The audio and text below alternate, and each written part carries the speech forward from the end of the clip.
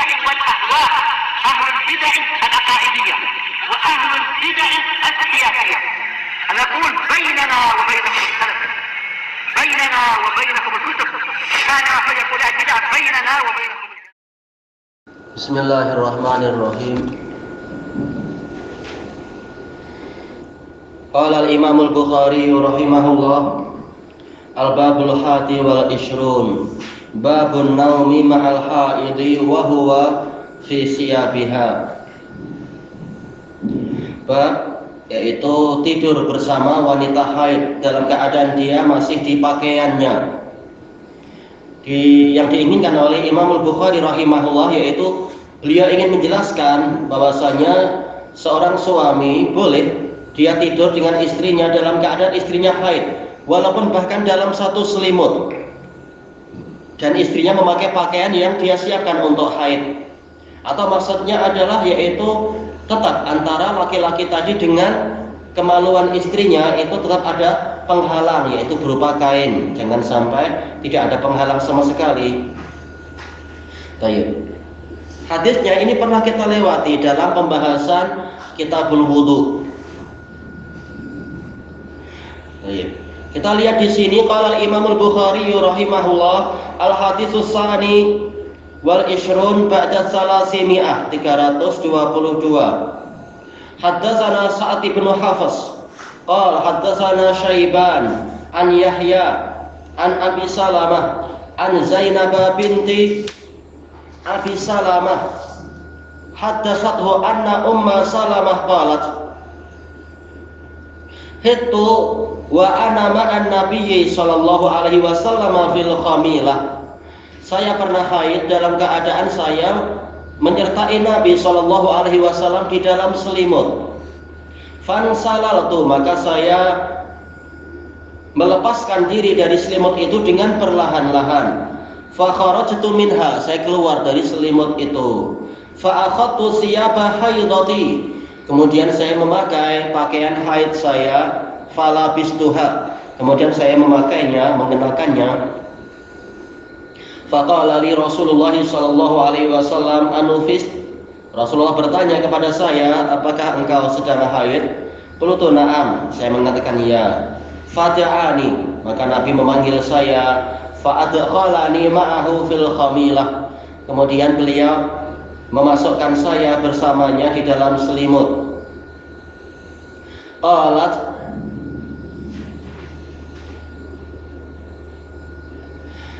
Ummu Salamah yaitu apa? Zainab berkata, wa haddatsatni, Ummu Salamah bercerita kepada saya, anna Nabiyya sallallahu alaihi wasallam kana yuqabbiluha, bahwasanya Nabi sallallahu alaihi wasallam sering menciumnya wa huwa shaim, dalam keadaan Nabi itu berpuasa. Wa kuntu aghtasilu ana wan nabiyyu sallallahu alaihi wasallam min ina'in wahid, dan saya sering juga mandi bersama Nabi Shallallahu Alaihi Wasallam. Mandi Nabi juga sama-sama dari satu bejana, minal janabah, disebabkan karena junub. Di sini Imam Bukhari meriwayatkan dari Sa'ad bin Hafiz. Beliau adalah Abu Muhammad Al-Kufi, thiqah. Qala haddatsana Syaiban. Syaiban bukan Syaiban bin Farrukh, tetapi beliau ini adalah Syaiban An-Nahawi. Beliau adalah Abu Muawiyah Syaiban An-Nahawi. Kalau tak salah Syaiban bin Abdurrahman. Tapi yang pasti bukan Syaiban bin Farrukh yang sangat terkenal itu. Karena yang riwayatkan, karena Sa'ad bin Hafiz itu murid dari Syaiban An-Nahawi. Nah, Syaiban An-Nahawi beliau ini adalah Abu Muawiyah Al-Basri, thiqah, Nahawi, ahli nahwu. An Yahya, yaitu Al-Qadhi Abu Abdullah Yahya bin Sa'id Al-Ansari Al-Khazraji, dari kalangan tabi'in. An Abi Salamah, ini juga tabi'in. Jadi ini riwayat tabi'i anit tabi'i. Abu Salamah bin Abdurrahman, namanya Abdullah, ada yang mengatakan lain lagi, tak masalah. Madani, thiqatun faqih. An Zainab binti Abi Salamah, ini dari kalangan sahabiyah, lahir di Habasyah, lahir di Ethiopia pada hijrah yang pertama. Kalau tak salah hijrah yang pertama intinya, sebelum ke Madinah. Baik. Anna Umma Salamah, ibunya yaitu istri dari Abu Salamah, Ummu Salamah, Hindun bintu Abi Salamah, Hindun binti Abi Umayyah. Abu Umayyah namanya Hudzaifah. Baik. Jadi ini adalah Hindun Al-Mahzumiyah Al-Qurashiyah, pemilik dua hijrah, hijrah ke Habasyah dan hijrah ke Madinah. Dari jenis hijrahnya mendapatkan dua jenis hijrah. Ini riwayat sahabiyah anis sahabiyah, sahabiyah anis sahabiyah. Qalat hittu, saya mengalami haid. Wa ana ma'an Nabi sallallahu alaihi wasallam, dalam keadaan saya menyertai Nabi sallallahu alaihi wasallam. Fil khamilah,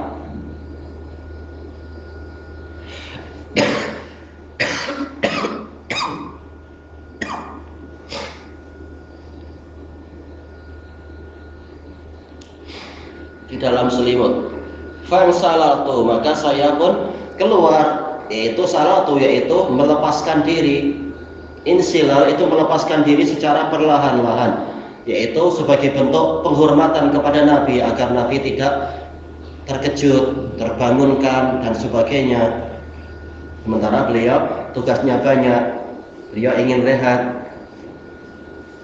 Fa kharajtu minha, saya keluar dari selimut tadi. Fa akhadtu siyaba haidati, kemudian saya mengambil pakaian haid saya. Kata Al-Hafidz, ini menunjukkan boleh seorang wanita itu mempersiapkan pakaian khusus untuk haid. Memang dipersiapkan mungkin pakaian yang sudah agak lama, yang memang tidak dipakai untuk ke masjid atau tidak dipakai untuk jumpa orang ini dan itu. Memang disiapkan khusus untuk ketika mengalami haid. Tapi ini jarang di zaman itu. Sebagaimana di hadis-hadis yang sahih bahwasanya rata-rata para wanita di masa itu hanya memiliki satu pakaian. Ini menunjukkan betapa terbatasinya kehidupan mereka di masa itu. Kita alhamdulillah diberi kelapangan yang sangat banyak, pakaian banyak sekali di bilik dan sebagainya. Nah, yang memiliki pakaian lebih dari satu, dia mudah untuk memilih pakaian apa yang dipersiapkan untuk haid. Kalaupun tidak mempersiapkan itu tidak masalah, sudah ada pampers atau apa yang untuk menghalangi agar darah haid itu tidak kena yang lain-lain. Ini tidak masalah. Apa namanya, pampers itu sendiri termasuk pakaian haid juga, memang dipersiapkan untuk itu. Falabistuha, kemudian saya mengenakannya. Faqala li Rasulullah sallallahu alaihi wasallam anufisti, ternyata Rasulullah terbangun dan ma'ruf sebagaimana dalam hadis Aisyah, Rasulullah mengatakan tanamu ainayya wa la yanamu qalbi, kedua mata saya memang tidur tetapi jantung saya tidak tidur. Jantung para nabi selalu terjaga karena bersiap untuk, harus selalu siap menerima wahyu. Baik, maka Nabi tahu Zainab, bukan Zainab, siapa tadi? Ummu Salamah melepaskan diri dari kain selimut. Nah, ini menunjukkan al-amal bil qara'in, mengamalkan qarinah. Belum lagi Zainab berbicara, Nabi memperkirakan, ini paling seperti bulan lalu, yaitu haid. Maka Nabi bertanya, apakah engkau haid? Maka dia menjawab, na'am, ya. Fada'ani, maka Nabi memanggil saya. Ini sebagai pembelajaran untuk umat, untuk menyelisihi kebiasaan Yahudi yang kalau wanitanya haid langsung tidak tidur satu ranjang, satu tilam, bahkan tidak boleh satu rumah, dipersiapkan kemah di luar. Kasihan kemah di luar, mana ada biawak lagi, ada tikus lah, ada kucing hitam lah atau apa tak tahu, ada nyamuk. Ini Yahudi.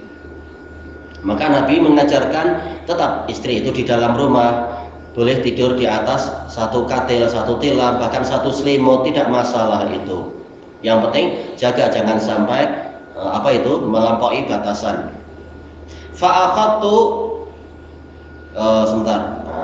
Yang di atas, fa'adkhalani ma'ahu fil khamilah. Kemudian Nabi memasukkan saya bersama beliau dalam satu selimut, menunjukkan boleh, tidak masalah. Yang najis itu bagian haidnya, tetap wanitanya tidak najis, tangannya tidak najis. Secara umum kulitnya tidak najis.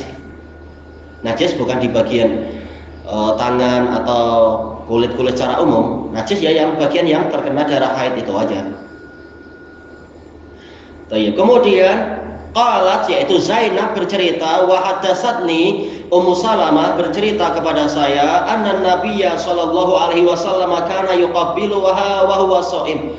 Bahwasanya Nabi sallallahu alaihi wasallam sering menciumnya dalam keadaan Nabi berpuasa. Para ulama berselisih pendapat tentang masalah ini.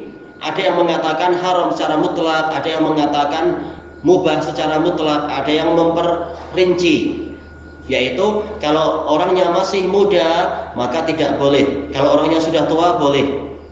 Yang lain mengatakan permasalahannya bukan muda atau tua, tetapi masalah kemampuan menahan syahwat. Bagi yang mampu menahan syahwat tidak mengapa, sebagaimana Nabi mencium pada waktu puasa, sebagaimana ucapan Aisyah radhiyallahu anha, fa ayyukum yamlaku irbah kama kana Rasulullah SAW yamliku irbah. Siapa dari kalian yang mampu menahan syahwatnya sebagaimana Nabi itu menahan syahwat?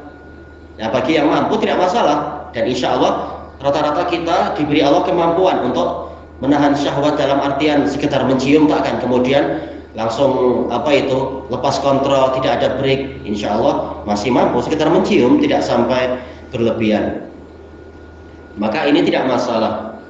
Jelas yang Nabi lakukan itu sebagai keteladanan bahwasanya sekedar mencium wanita ini tidak membatalkan puasa, kecuali kalau disertai dengan syahwat. Ya jelas ini membatalkan puasa, karena hadis qudsi mengatakan yada'u ta'amahu wa syarabahu wa syahwatahu min ajli. Orang ini berpuasa meninggalkan makannya, minumnya, dan syahwatnya karena aku. Berarti kalau dia mencium dalam keadaan bersyahwat, berarti dia tidak meninggalkan syahwatnya, maka puasanya batal.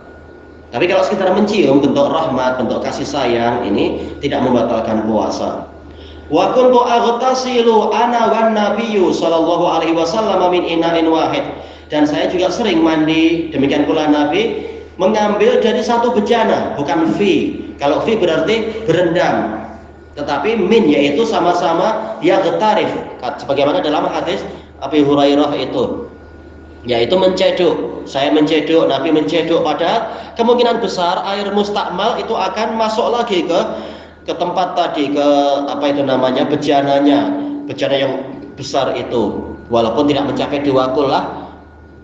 Maka ini menunjukkan, kata jumhur ulama, air yang mustakmal itu tetap suci dan menyucikan, tidak masalah. Jelas kemungkinan sebagian air mustakmal akan masuk ke air yang tidak mencapai 2 kullah tadi itu. Tapi ternyata Nabi tetap bersuci dengan itu, dan istrinya juga bersuci dalam keadaan Nabi tahu, dan Nabi tidak menyuruh untuk mengulang lagi. Menunjukkan bahwasanya air mustakmal itu masih boleh dipakai untuk bersuci selama tidak berubah rasa atau bau atau warnanya disebabkan oleh najasah, selama dia masih dikatakan air.